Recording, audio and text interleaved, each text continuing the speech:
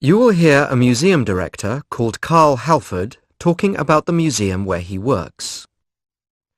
For questions 9 to 18, complete the sentences with a word or short phrase. You now have 45 seconds to look at part 2. Hi there. My name's Carl Halford, and I work at the local museum where I'm the director. The museum's recently reopened its antiquities section, which has been closed for over a year. Let me tell you all about it. Firstly, we wanted to give it a complete new look. As you know, the museum was founded in 1902 and remained unchanged, barring the extension in 1958, until our last renovation project in 1973.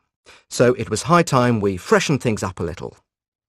We've made a lot of changes, and not only to the exhibits themselves. Like, we've replaced the display cabinets, and so on. People notice new cabinets and signs, but often not the fact that the lighting has been improved, although it can change the whole way they see an object, and it's an area in which great technical progress has been made in the last few years. So, what about the exhibits themselves? We've altered the selection on show. Part of our collection of around 650 objects is actually still stored underground, and so we've got 429 out on display, compared to 390 previously.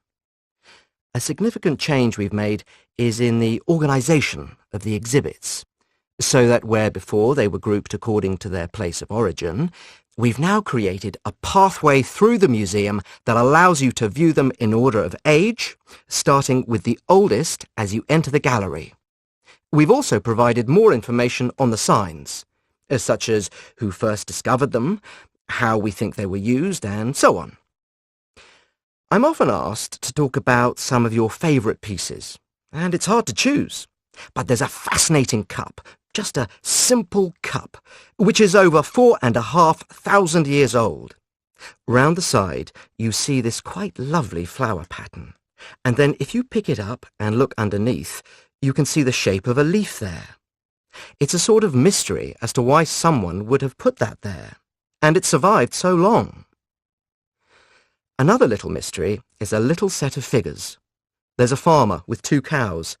Although they're certainly not horses or oxen, they do seem to be ploughing a field. But it's not 100% clear, because one's pointing forward and the other's pointing the opposite way, so how would that work? We'll probably never know.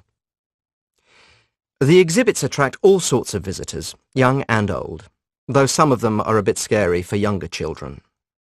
Like there's one statue that's got a big head with lots of curly hair, and eyes that seem to follow you round the room. You notice kids looking back at them nervously. It's obviously a deliberate part of the design, and in fact, a lot of ancient art was about terrifying things. Like there's a special vase, which we've lovingly restored, that's painted all the way round with this amazing scene. You see this man, the hero, sailing with his soldiers and then battling with a monster. And yet, we're not told. We don't know the outcome. Who wins that fight? But there's a lot that's interesting on a smaller scale too. We've included quite a few coins in the display because they're such good tellers of historical tales. There's one of a famous emperor that's special because the decoration on it is remarkably detailed, and you'd never think so much information could be included in one small object. But you can see the shape of his ears, his nose, and so on. At the other end of the artistic scale, we have a small rock. Just a basic natural thing, not a statue, but we like to think about the young man, we assume he was a young man, out by the river, and how he carved, or just scratched, the image of a fish onto it. Perhaps he caught an extra big one, and wanted to celebrate the fact. Again, we'll never know for sure, but I love this simplicity. So, before I go on, I wanted to show you this little... Now play the recording again. That is the end of part 2. Now turn to part 3.